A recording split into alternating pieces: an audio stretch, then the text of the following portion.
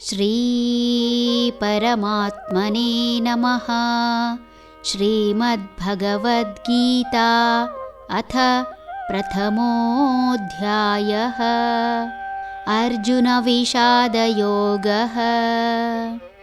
ಅಹೋ ಬತ ಮಹತ್ಪಾಪಂ ಕರ್ತುಂ ವ್ಯವಸಿತಾ ವಯಂ ಯದ್ರಾಜ್ಯಸುಖಲೋಭೇನ ಹಂತುಂ ಸ್ವಜನಮುದ್ಯತಾಃ.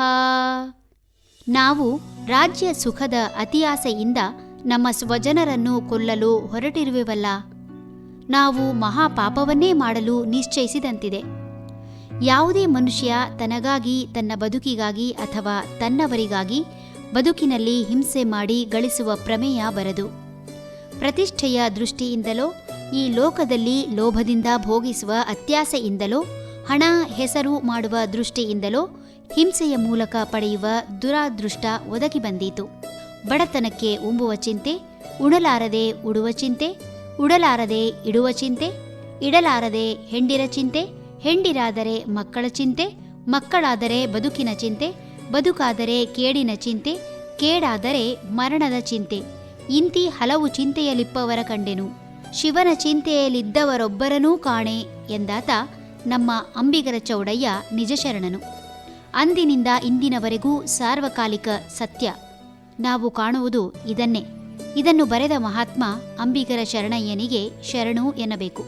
ಉತ್ತಮ ಶರಣ ಶರಣೆಯರು, ಸಾಹಿತಿಗಳು, ದಾಸರು, ಸನ್ಯಾಸಿಗಳು, ಕಲಾವಿದರು ಸಮಾಜಕ್ಕಾಗಿ ತಮ್ಮ ಜ್ಞಾನದ ಮೂಲಕ ಸಾಕಷ್ಟು ಉತ್ತಮ ಬರಹದಿಂದ ಅಥವಾ ನಾಟಕ, ಹರಿಕತೆ, ಯಕ್ಷಗಾನ ಹಾಗೂ ಪ್ರವಚನಗಳ ಮೂಲಕ ಆಯಾಯ ಕಾಲದಲ್ಲಿ ಜನರನ್ನು ಎಚ್ಚರಿಸುವ ಕಾರ್ಯ ಮಾಡಿ ಜನರ ಬದುಕಿಗೆ ಹೊಸ ಮಾರ್ಗ ಕಲ್ಪಿಸಿದ್ದು ಕಾಣುತ್ತದೆ.